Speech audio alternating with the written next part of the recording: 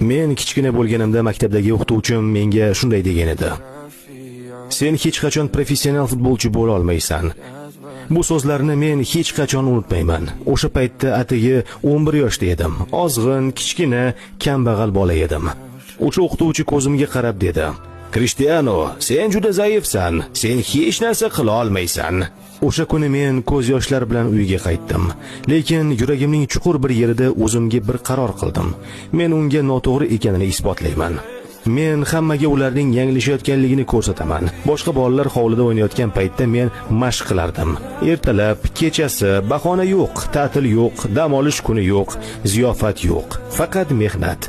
Oyoqlarim og'rib ketguncha, nafas ololmay qolguncha shug'ullandim.